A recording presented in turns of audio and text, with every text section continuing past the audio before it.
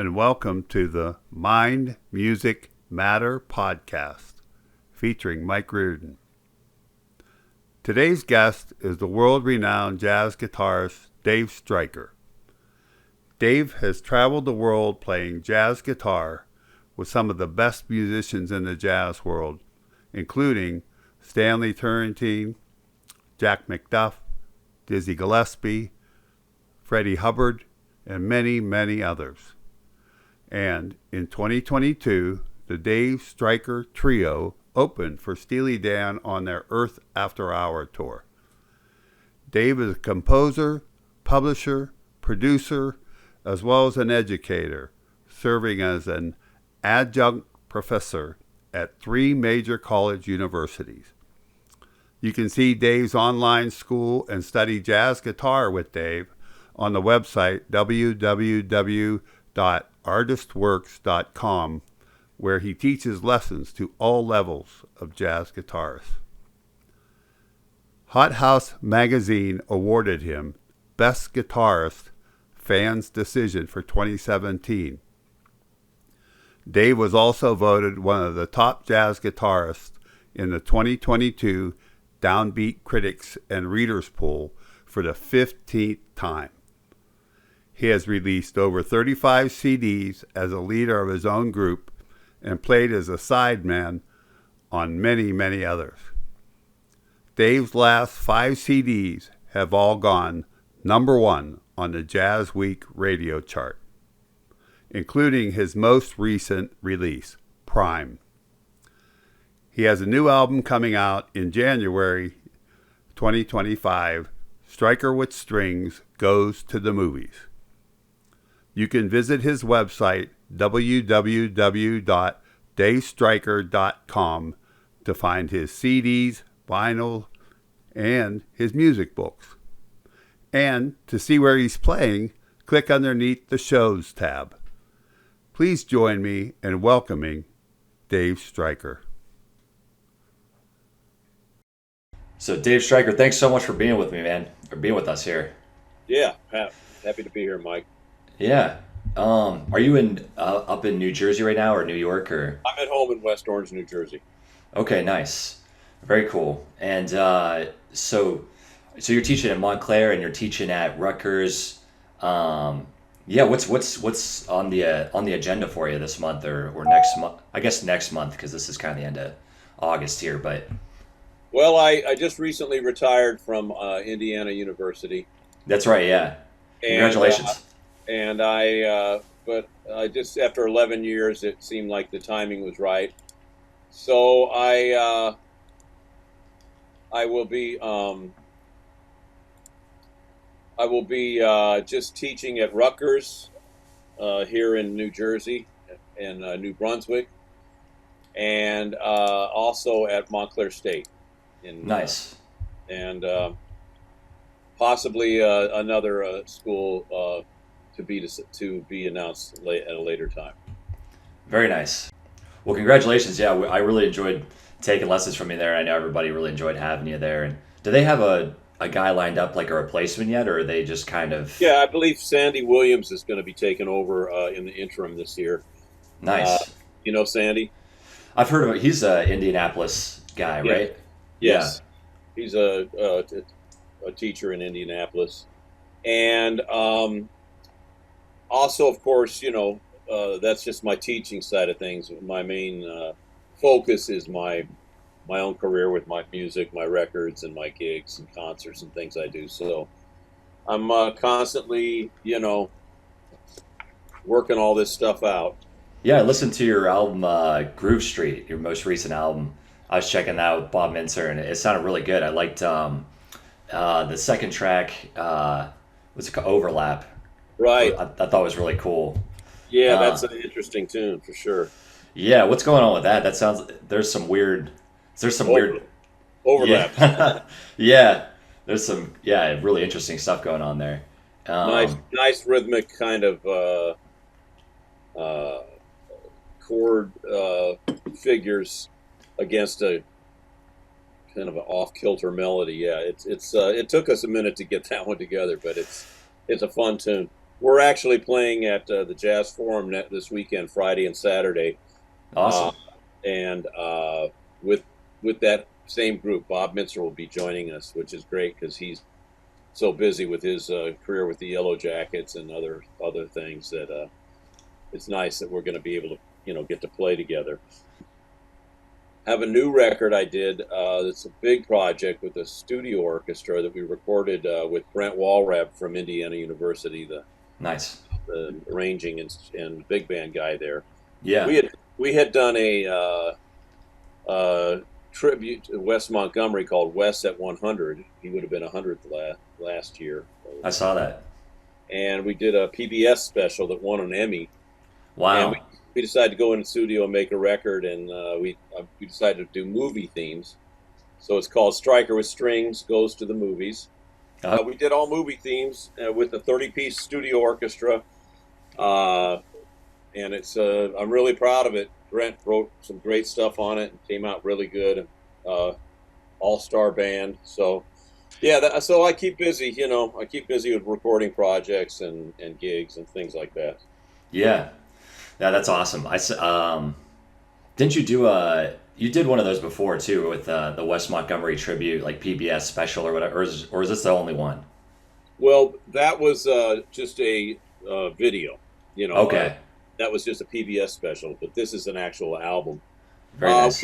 We thought about recording the Wes stuff, but I love Wes too much. I didn't want to. I didn't want to do an album for Wes's music. That's too much to take on for me. Sure. That's cool. So I was curious too, like with Bob Mintzer, because he lives in LA, right? Isn't he in? He lives in LA, yeah, and he just retired from running the jazz program at USC. Okay. And but he still travels to Cologne, Germany, as the chief arranger or conductor, I guess, chief conductor and arranger for the WDR big band. Oh wow!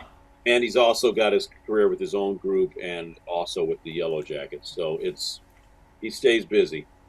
Yeah, for sure. So I was wondering. He also has an apartment in Manhattan now. So that's okay. Got it. I was wondering how that works. Like if you guys are just doing like if you guys are playing gigs and stuff, like if he's flying out or if that's. Well, it's rare. It's kind of rare to get Bob, but when we can get him, he does have a place in Manhattan. Nice, very cool. Yeah. Speaking of the strings, I was listening to "As We Are" with Brian Blade and John Patitucci and Julian Shore, and really awesome album. I really enjoyed that. That was a really cool, great CD, and string arrangements on that were also excellent. Yeah, I liked all the tracks. I thought Lanes was really good. I think that seems like that was maybe like the hit for that one. I liked Hope a lot. That was my favorite track personally. But thank you. Yeah, I was really, really happy with that. That was a project that we worked on during the pandemic, and I was very lucky to get Brian Blade and John Patitucci on it, and Julian Shore wrote the string arrangements. He was a former student of mine at a jazz workshop when he was, I don't know, 14 or something, and wow. 20 years later we collaborated on a record together. So it just goes to show, it's one of the great things about teaching is that you see your students, start to do their own thing, and that's perfect. I was curious how like you got like how that works with like getting guys together like that, because I guess that makes sense if he was your student, but like how often do you talk to Brian Blade, or like do you see him around and stuff, or do you just you guys just like each other's music and kind of? Well, we of course I know Brian and John Patitucci, Yeah. I actually knew Patitucci better, and we both teach for the online workshop site called Artist Works. That's right. So that was another connection. But it was during the pandemic, and all the tours were canceled, and it was a kind of fortuitous timing situation. And I called John and said, "Hey, I'm doing this project. I'd love to have you do it." And we worked out the arrangements financially. And I said, "Do you think Brian would do it?" And he said, well, I'll ask him. So he did, and Brian said, sure. So Brian lives in Shreveport, Louisiana. So I just flew him up, and we had a rehearsal, and Julian and I had been working on the music for a long time, and Julian had demoed all the stuff out on MIDI on synthesizer, so everyone could hear what it was going to sound like with the string quartet. And consequently, Sarah Caswell, the violinist, was the leader of that string quartet, and she's also on the Stryker with strings. She's the concert master for the 18 strings. Yeah, she's awesome. And also she played a couple solos on it, just like on As We Are. Nice. I had her I did the Abersold camp that one year, and I had her as my. She was really cool. She was your combo teacher, or? Yeah. Really? Oh, nice. Yeah, she was. I remember she was really nice and really, obviously very talented, and yeah. Cool. But yeah, it's like an all-star cast of musicians there. I was just wondering how that works, but. Well, that's kind of how it works, and they had heard, they knew of me, and even though we hadn't really played together that much, that's how it came together. And then I ended up doing a week at Birdland with the same group, with the string quartet. It was really fantastic. Wow. But they're both so busy doing their own things. It is tough to get those kind of people together. Sure. Yeah, I feel like getting any group of people together in New York's that's. Like everyone's super busy, it seems like, and well, yeah, it just depends. You have your group of people that you work with. Sure, that's cool. Yeah. What else? So I saw your son got married, or is that? Oh yeah. Yeah. My younger son got married in October. Okay. Yeah. And we just had a little family holiday down at the Jersey Shore. They came up from New Orleans, and my other son Matt and his fiance came up from Austin, and we all had a great trip down at the Jersey Shore. And my other son actually proposed this week, so we're very excited about that. We're going to have another marriage coming up in our future. Oh, congratulations! Thank you. Yeah, that's very exciting. Absolutely. And they do. One of your sons does like video stuff, right? He's into. He's a filmmaker and a editor. Matt, the one in Austin, and Will also has a podcast and a YouTube channel, and is a writer. The one from New Orleans. They're both creative types, and Matt always does my videos for my. Music. So he's, if you see anything on YouTube, that's stuff that he's helped put together, and subsequently we'll be doing that on the new record. Nice. Well, thanks, Matt. We appreciate it. It's good content. Yeah. Yeah, absolutely. That's awesome. It's a good time for your family then. Yeah, good. It's exciting. Yeah, it is. Yeah. And then I think you said you just got back from Italy, right? Were you just were you doing that? You do usually do a workshop every summer over there, right? Or was that like a vacation? No, I did. I have in the past, but this was strictly. I was doing a couple festivals with a project called Gil Evans Remembered, and we did 2 festivals over there. One in Lugano, Switzerland, and then one at the Perugia Jazz Festival in Perugia, Italy. It was an 11-piece band, and we were traveling around. It was nice. And then my wife came over to Perugia, and we took a vacation for about 8 days after that, and we had a great time. Yeah, I'm sure. My sister just got back from her honeymoon. She was over there in Europe, and it looked beautiful. Oh yeah, yeah. We had a great time. Nice. It's a little crowded in the summer and a little hot, but yeah, for sure. Go off season if you can. Gotcha. Very cool. Yeah. So are you going on tour? Like, do you have any tour dates coming up or anything like that? Or I saw I was reading your newsletter. You had I guess this is 2 years old now, but you had the Steely Dan tribute band and all that kind of stuff. I was wondering if you could talk about that a little bit. Well, it Curious. wasn't a Steely Dan tribute band. It was. Or you opened for Steely Dan? Yeah, my trio opened up for Steely Dan, and that was 2023, the summer, and we did about 25 gigs, and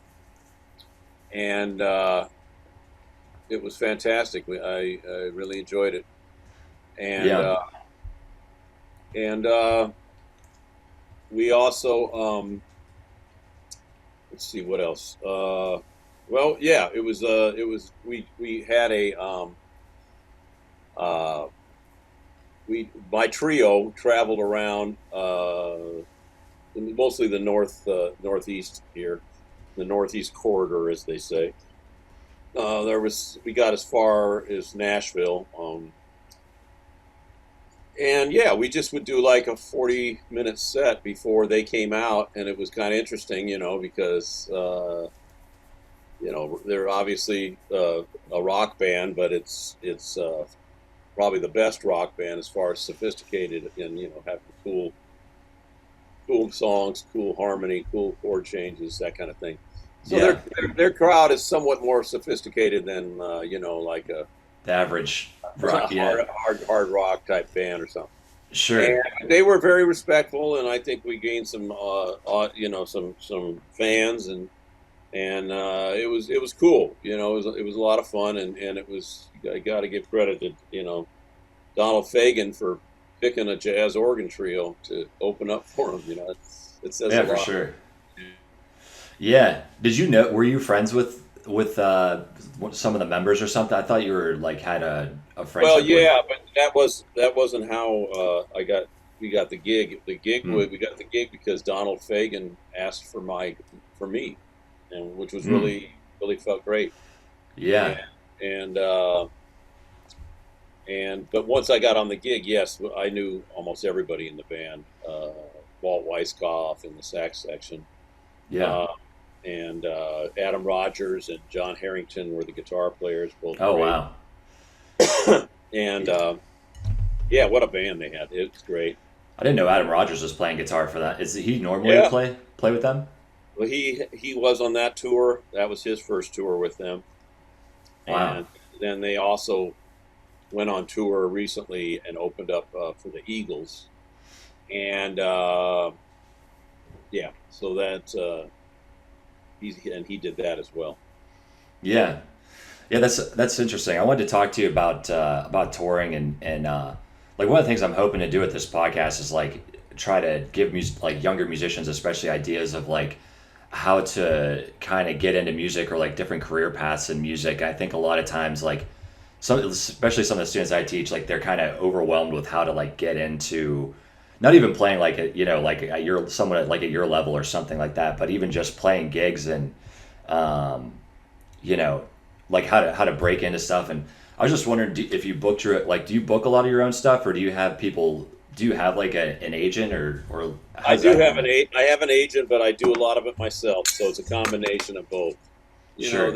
If you're in this business, you have to do a lot of different things, and hopefully that'll add up to a career, be it teaching, performing, and whether you get into arranging or writing music for films maybe, or different things like that, or maybe perhaps producing or arranging for vocalists, for instance. Just anything you can do music related. The more you have of those options, it's easier to make a living at it. And of course, sometimes you can't make a living at it, so you work in a different field, but still have music as something that you love to do. And there's nothing wrong with that. And when I was getting started, I did a lot of different jobs too, including construction, different things like that, just to pay the bills. So it's you have to love the music to want to make this a career. Yeah, for sure. So when you get old like me, then you can start forgetting. But your age is not. You're right. Yeah, gotta stay sharp. I'm trying to run and stay active so I can keep my keep my brain going, you know. Oh But yeah, you're in good shape. oh, thanks, I appreciate it. But yeah, that's interesting. I think I was just talking to someone. The last person I had, the last person I was interviewing, they're actually a video like really great video game composer, and he was just talking about like taking initiative and booking your own gigs, but because he plays like he's a really great composer, and I went to undergrad with him. But he does like the video game thing, and he's doing really well with that. But he plays a lot, like has a lot of live performances, and he's like going all over the country and stuff too. I think what you have to do is be, try to make yourself get out and be part of the scene, whatever town you're in. Go out and where somebody playing, hang out. Maybe eventually, you get to meet musicians and get to know some people, and perhaps the club owner, will throw you a night, and then you can get into the scene that way. And maybe the money won't be great at first, but you need to just be visible. And the other thing would be to kind of create your own scene, which it's tough. This is all sometimes our personalities are not wired. We don't want to get out and hustle ourselves. Yeah, because it's just a different head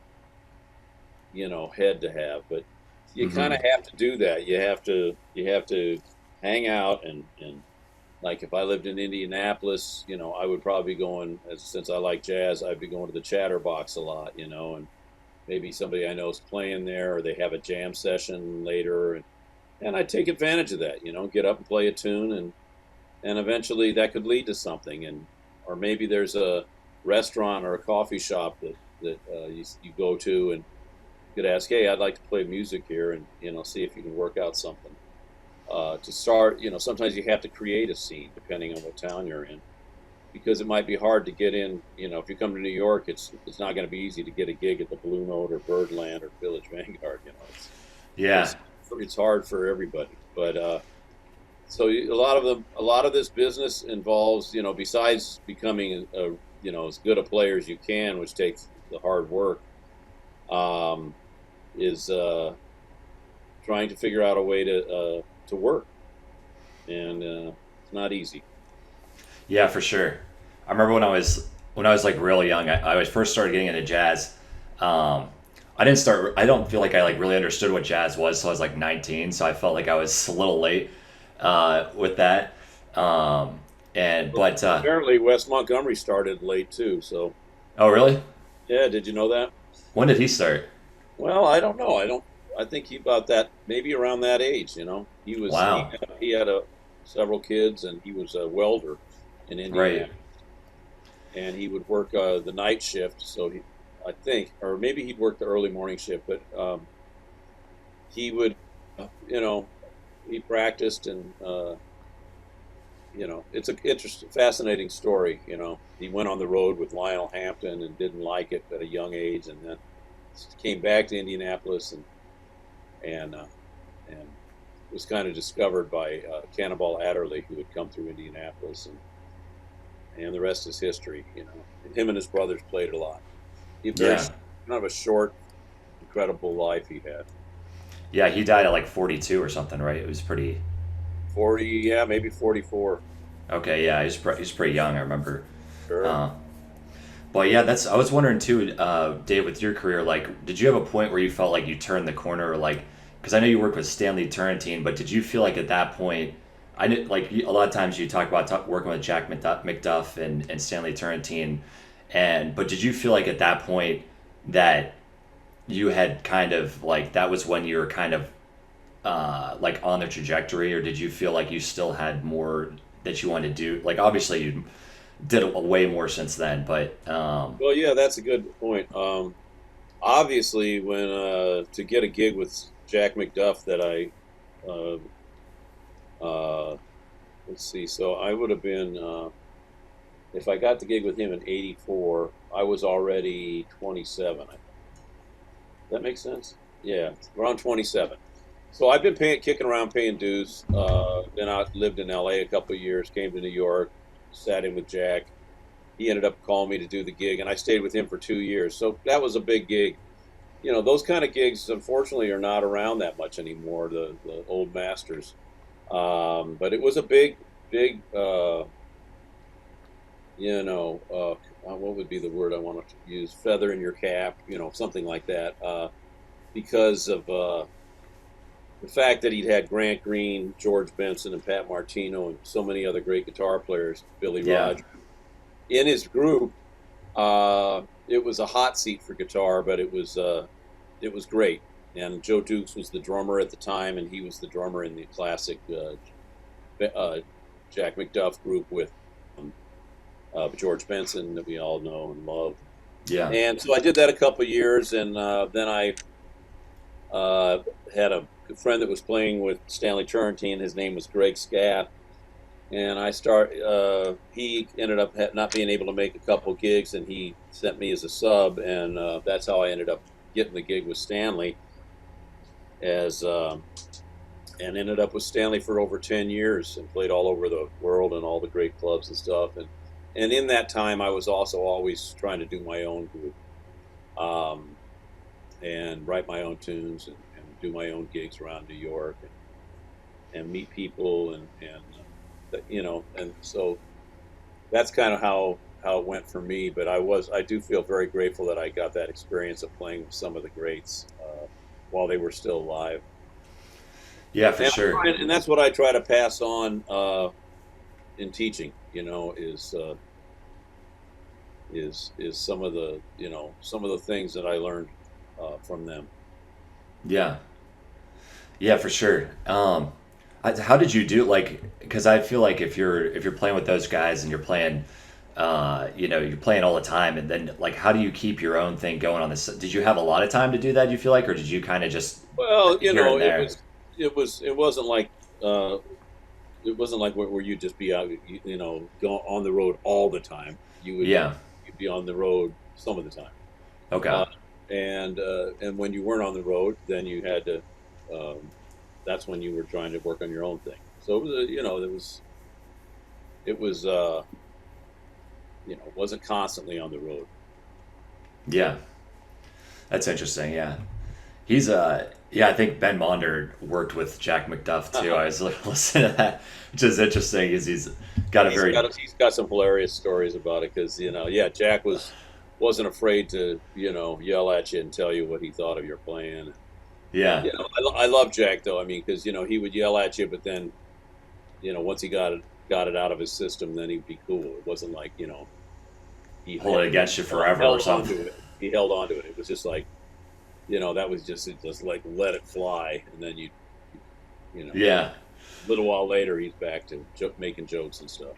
Yeah, I thought that was interesting because Ben Monder has a very difference. He's not like in the. I mean, he can play like that to some extent, but he's not like. Yeah, you wouldn't expect. He does not seem like he's kind of introverted, and Jack wants Yeah. A little more extroverted, I guess. I don't know. Sure. But, we all know that Ben Monder's one of the harmonic geniuses of the music. So. Yeah, he's a beast. It's crazy. Yeah. But have you thought about putting out a solo guitar album too? I know you put out a couple, or you put out I think you put a Christmas one out, right? And then I didn't really put that out. I mainly gave that one away to friends and stuff. Yeah, that was a good one. It's on my website.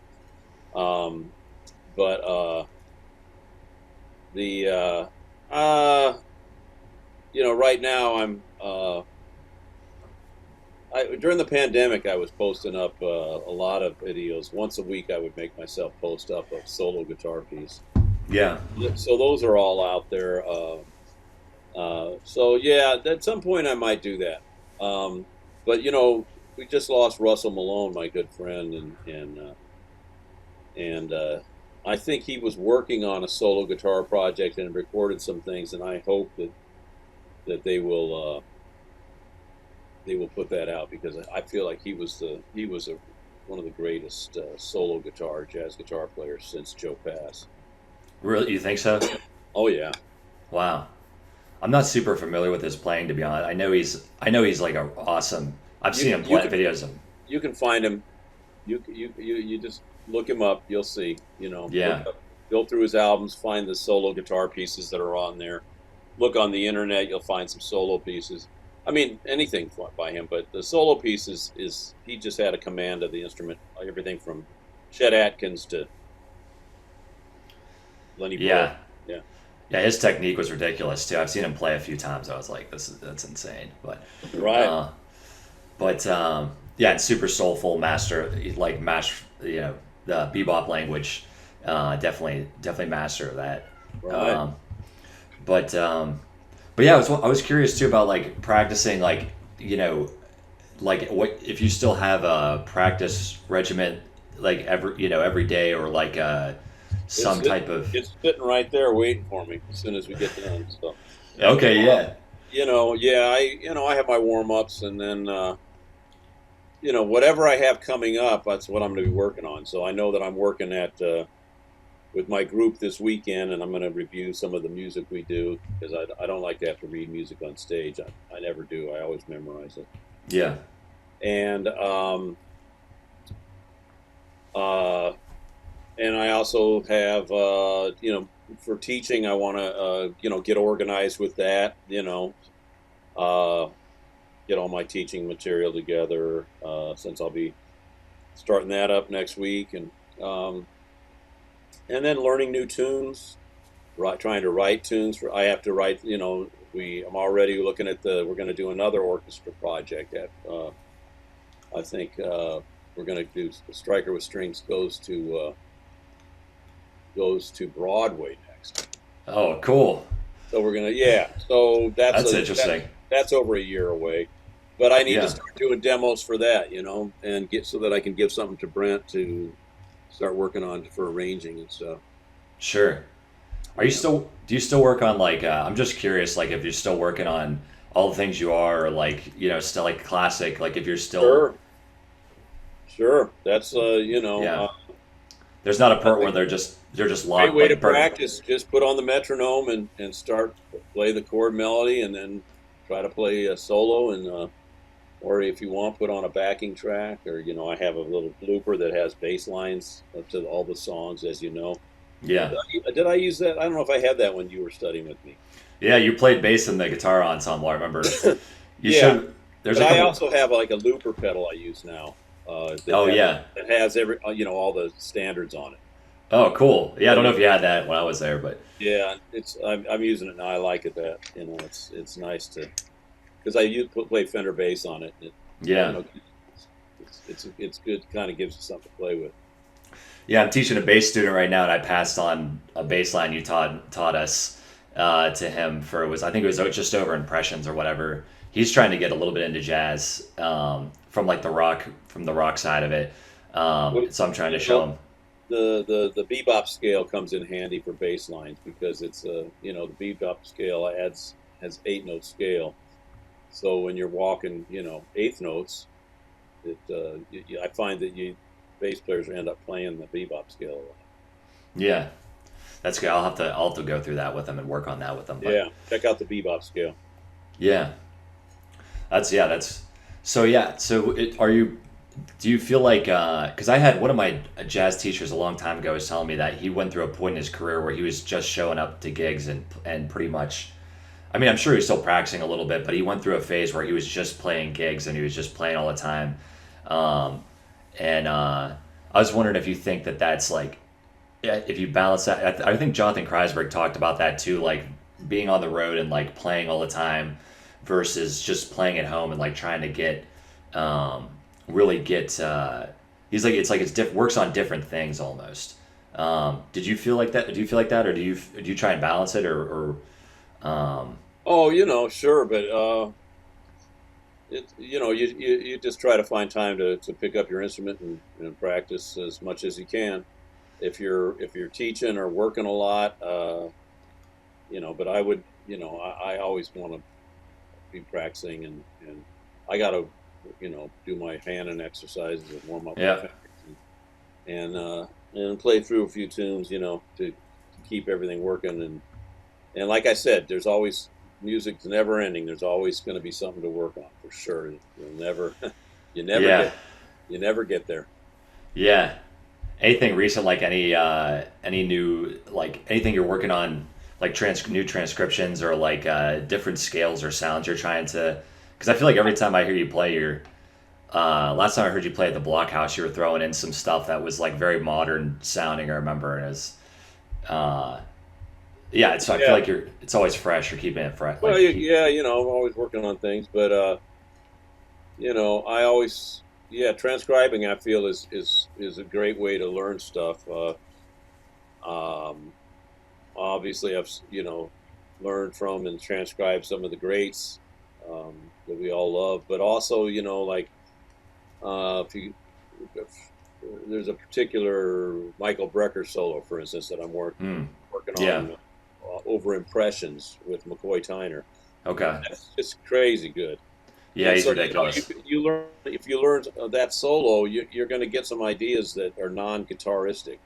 Same thing if you learn McCoy's solos, or Herbie Hancock, or Miles, or Coltrane, or Sonny Rollins. They play non-guitaristic things sometimes that can really make things fresh on guitar.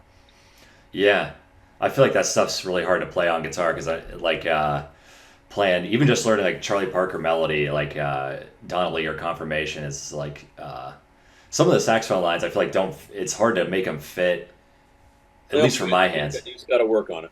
Yeah. And that's a good thing to do. That's another part of when I was getting started. I just learned as many Charlie Parker bebop type heads as possible, and I made a list, and just you play through those, your hands are going to start working. Yeah. Mike, I probably got to run in a little bit, so if you want to ask a few more questions. Sure, yeah. Oh, I appreciate your time, Dave. Thanks for coming. Yeah, I just want to, like, what's next, or, well, I guess you kind of answered that earlier, but is there anything else that you're working on that you're looking forward to, or? Yeah, I have a bunch of gigs coming up that are I'm looking forward to. You can check them out on my website, www.davestryker.com. I do a workshop in North Carolina in the Blue Ridge Mountains, October 2nd through 6th. Nice. I was just out there. All levels. Nice. And just looking at my book here. Yeah, I'll be out to Indianapolis at the Jazz Kitchen. Write this down, Mike. November 15th. Oh, very cool. Yeah, I'll be there with a drummer named Mike Clark, who was famous for playing with Herbie Hancock. Oh, wow. Which album did he play with? Did he play on an album with Herbie? Yeah, or he's just... on Thrust. Oh, that's one of my favorite. Yeah, he's super, super great. And we'll be out there with him and Mike Ladon. We might do a clinic at IU. I'm waiting to hear about that. Nice. Yeah, that's it. So, check out my website. That's find out where I'm going. And I hope nice talking to you. I hope. Yeah, absolutely. Yeah, thanks, Dave. I appreciate your time, man. I know you're super busy and got a lot going on, but congrats on everything going on, and good to talk to you. And yeah, I hope I can see you on when I come out in November, if not sooner. Yeah, I'm gonna try and make it out. You said the 15th? Yeah, November 15th. Okay, very cool. All right. Well, thanks so much, Dave. I appreciate your time, man. Take care, Mike. Have a good one.